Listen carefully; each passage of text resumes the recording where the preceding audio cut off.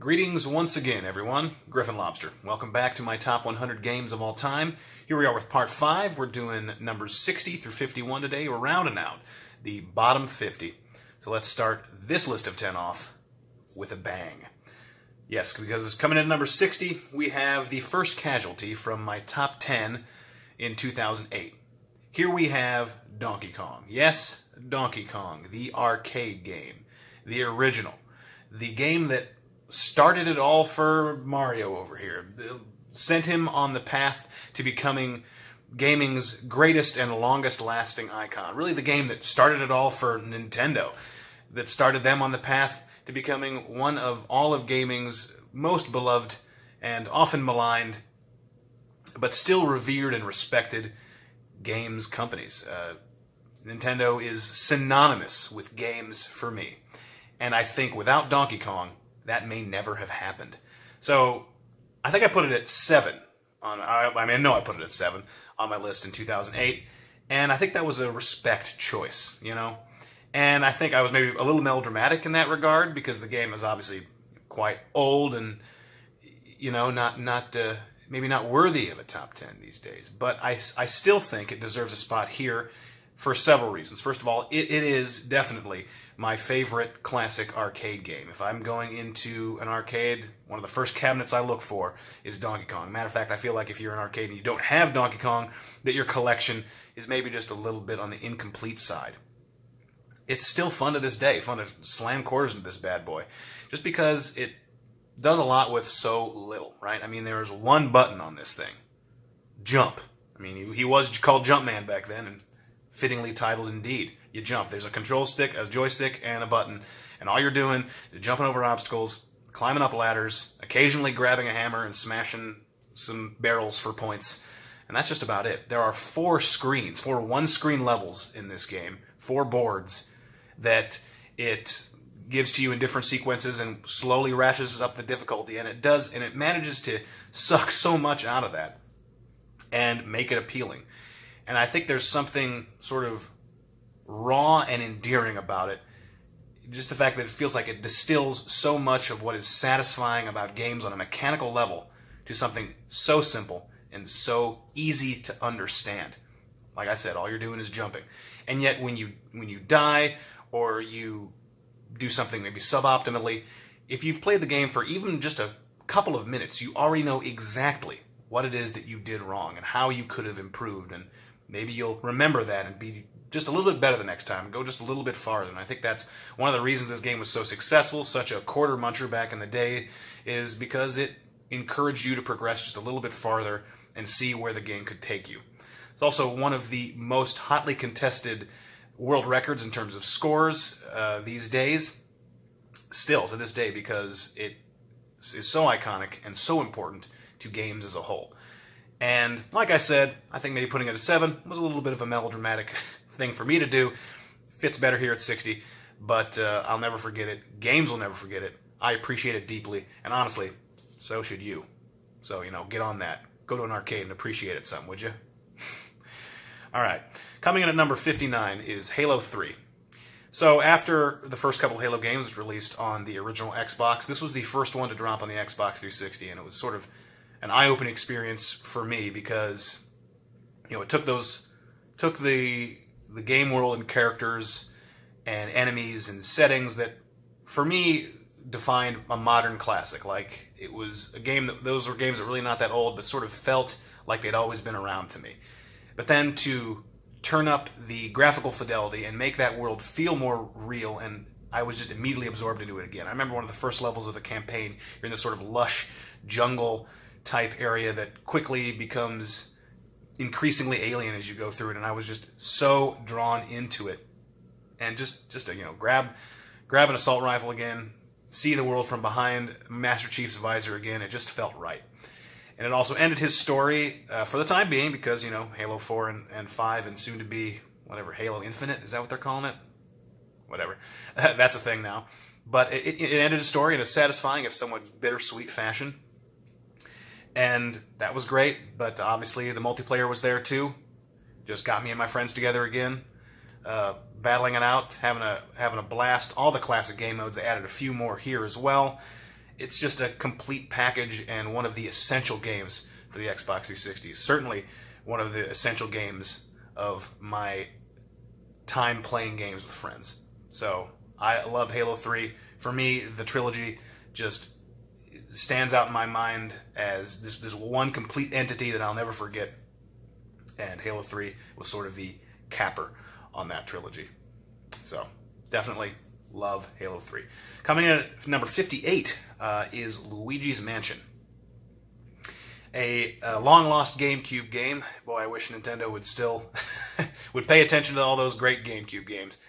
And what an interesting game this is indeed, because it was a launch title, and it was a Mario game with no Mario, virtually no Mario, no jumping, no level structure or exploration or level exploration really of any sort, no fun themed worlds.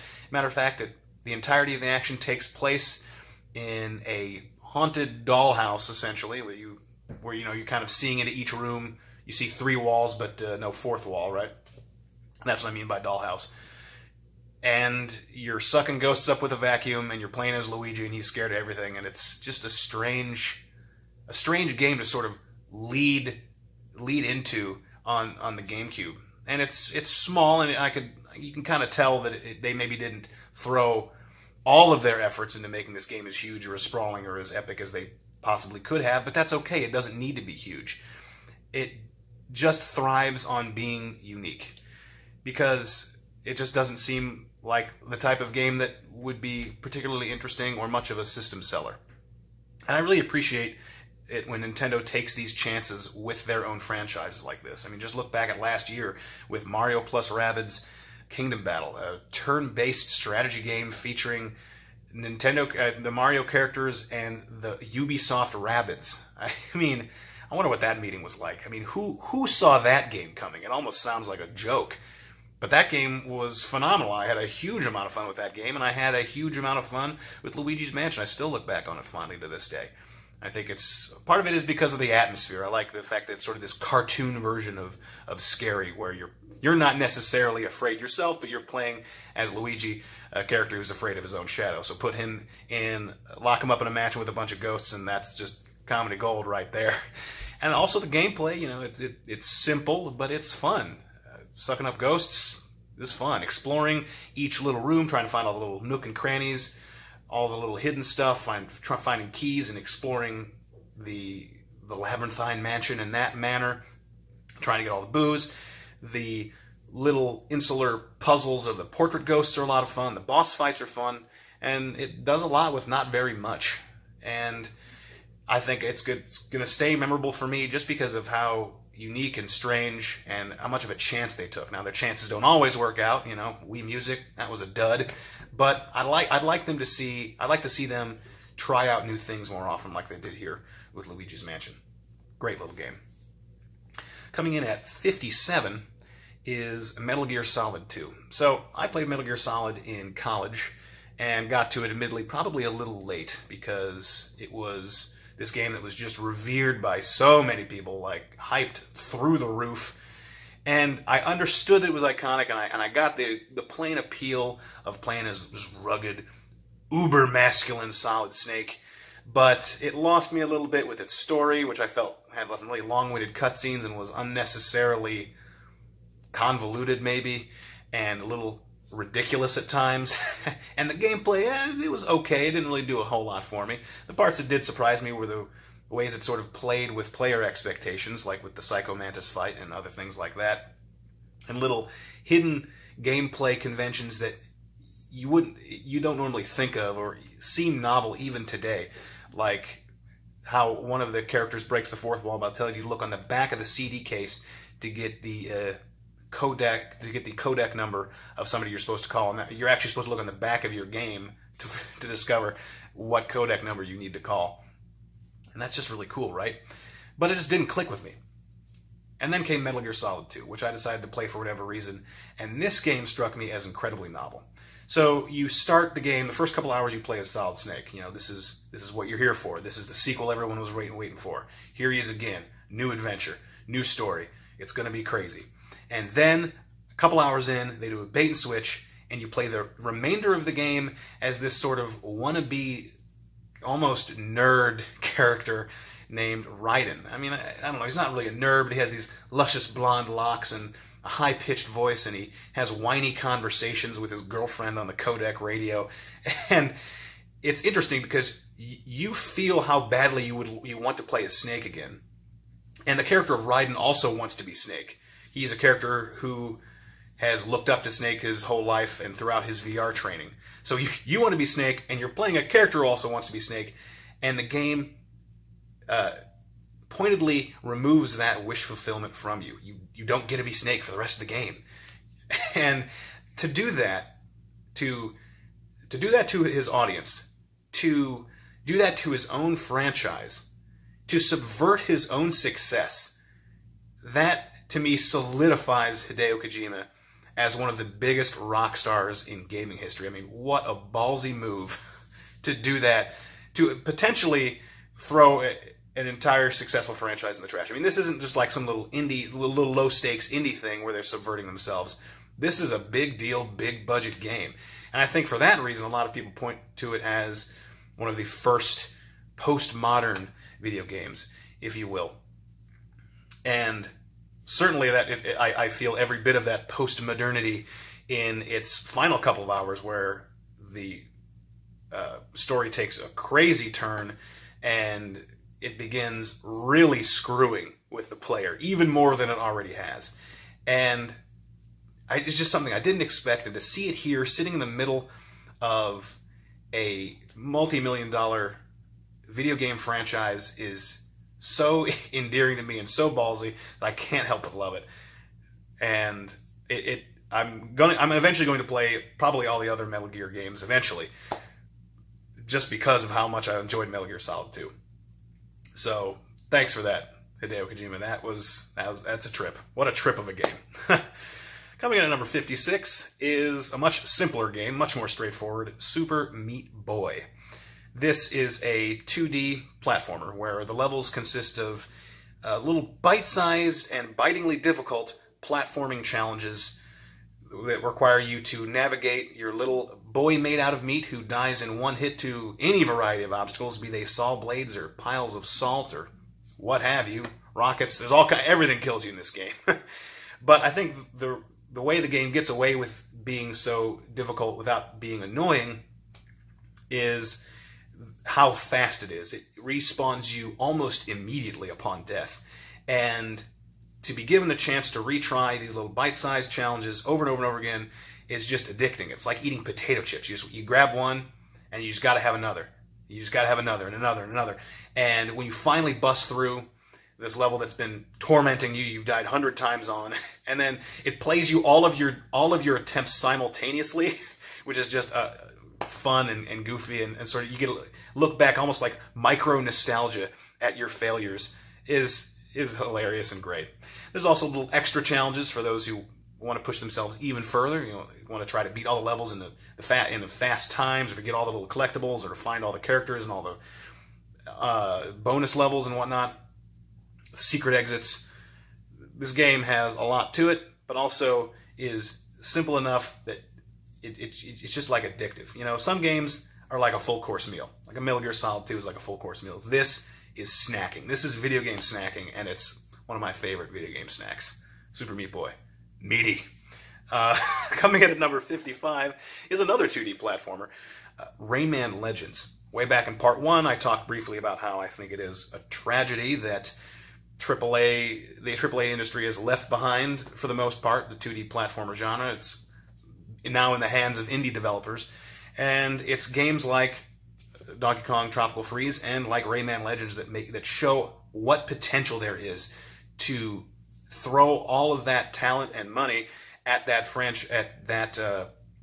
genre to make something truly great that stands out.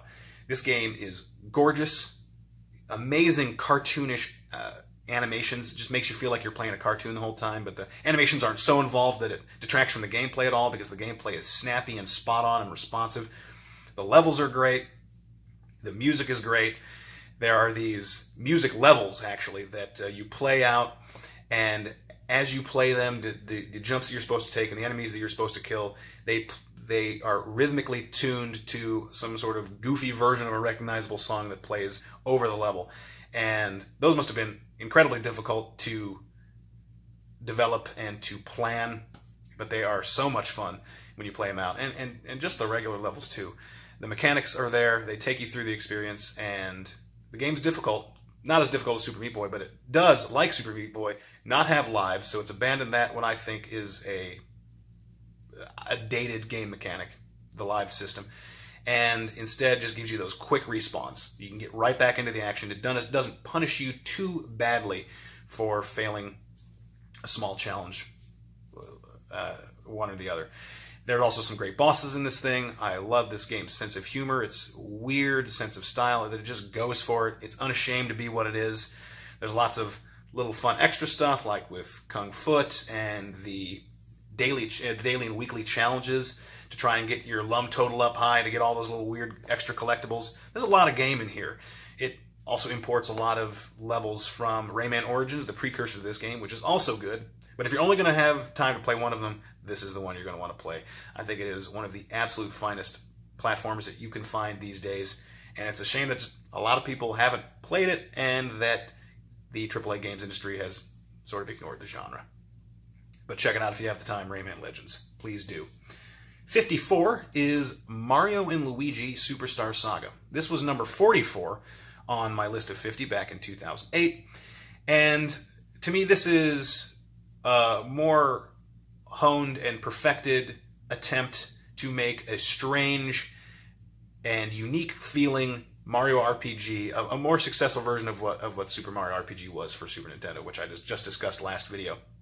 Because it takes Mario and Luigi and Bowser and Peach and Toad and a few other recognizable Mario characters and transports them out of the Mushroom Kingdom into this new world that was made specifically for Mario and Luigi Superstar Saga, called the Bean Kingdom, where it's with lots of weird enemies that are allowed to feel weird because it's a new world, but also just sort of fit.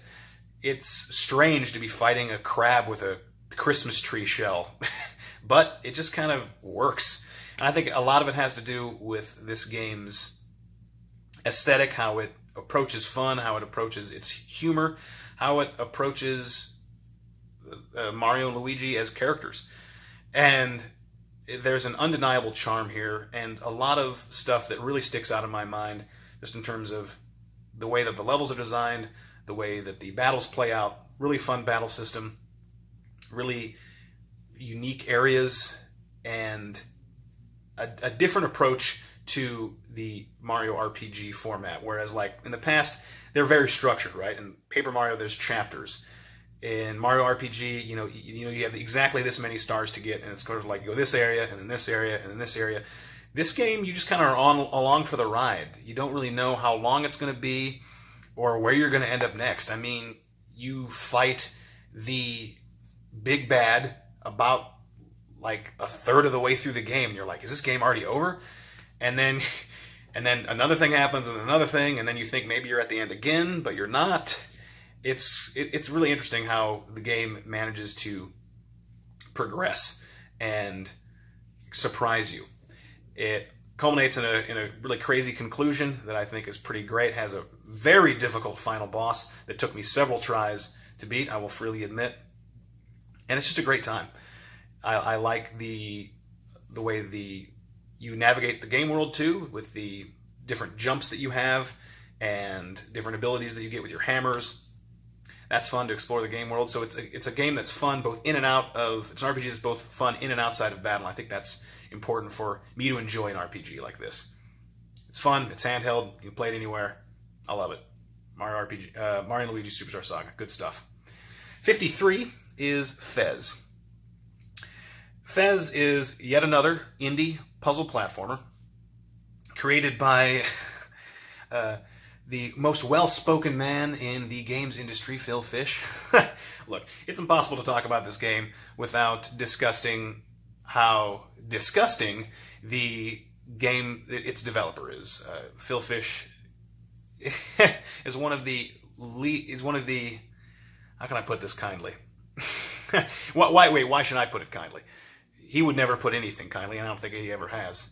He's very outspoken in terms of his opinions, very harsh, in his criticisms of the games industry, and has essentially ejected himself now from the industry completely, which is a bit of a shame. Some would argue it's not, because you can definitely feel all of the time and all of the love he put into Fez here. Regardless, I mean, let him fade into the background, whatever.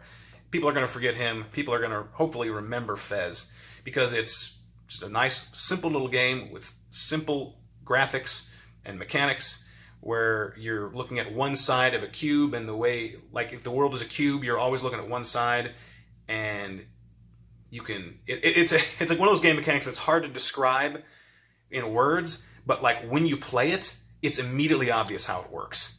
You're essentially navigating a 3D space, but you can only move on one 2D plane at a time, on like 4 sides of a cube that you spin like this.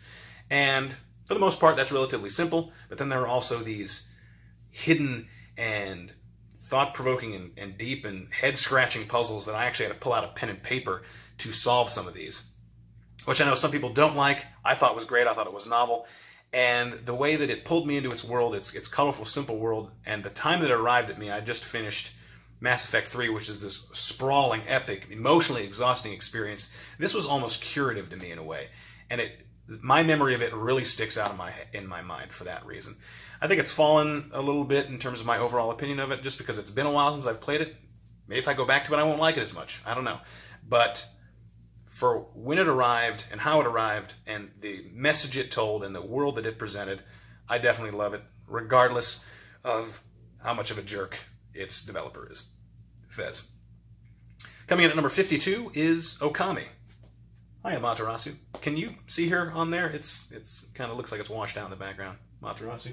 There's Isoon right there. Shut up, Isoon. Okami is a gorgeous and honestly quite epic, a 3D action platformer from the PS2 era, but it's also been ported to the Wii and now to several modern consoles with a little bit up-res in its graphics, which is great because it's a cel-shaded game, so it gets to be beautiful forever. I love that they went with that hand-painted watercolor aesthetic, because it worked so well back then and it still works today. The game is several years old, but still looks, but with its new HD version, looks like it could have come out just recently. And the gameplay certainly holds up as well.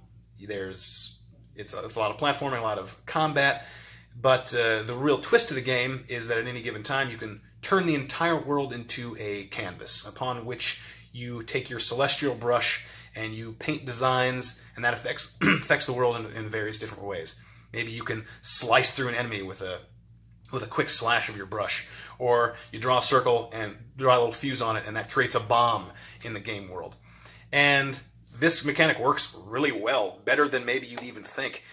Occasionally you'll misdraw some things, but it just feels really, really good to do, and it never gets old, which is sort of surprising for a mechanic that essentially pauses the action like that. But love the game world, love the characters, love the story.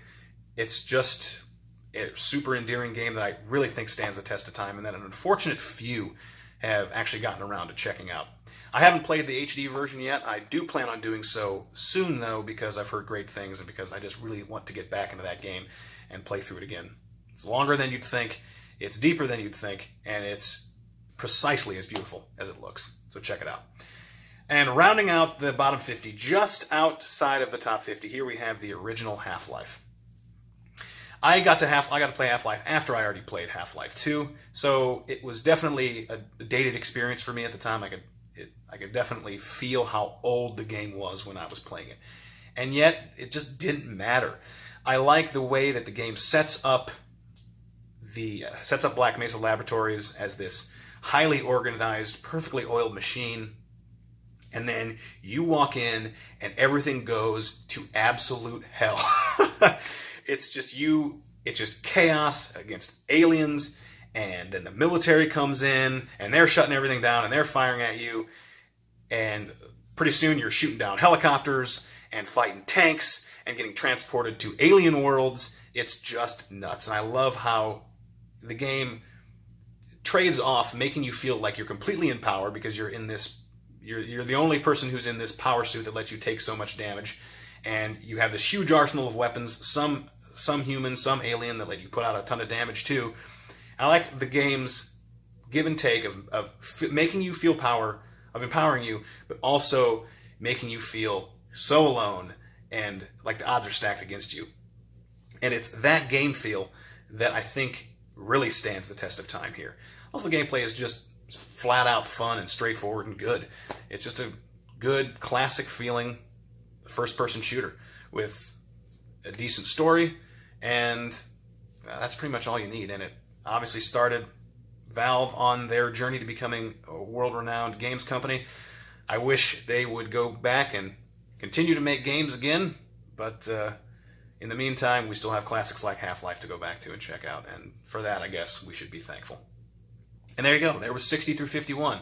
We are now halfway there, and that's an accomplishment, I guess. I've talked a lot. My mouth's dry. So, thank you once again for watching. I will catch you next time when we dive into the top 50, and until then, play more games. Bye.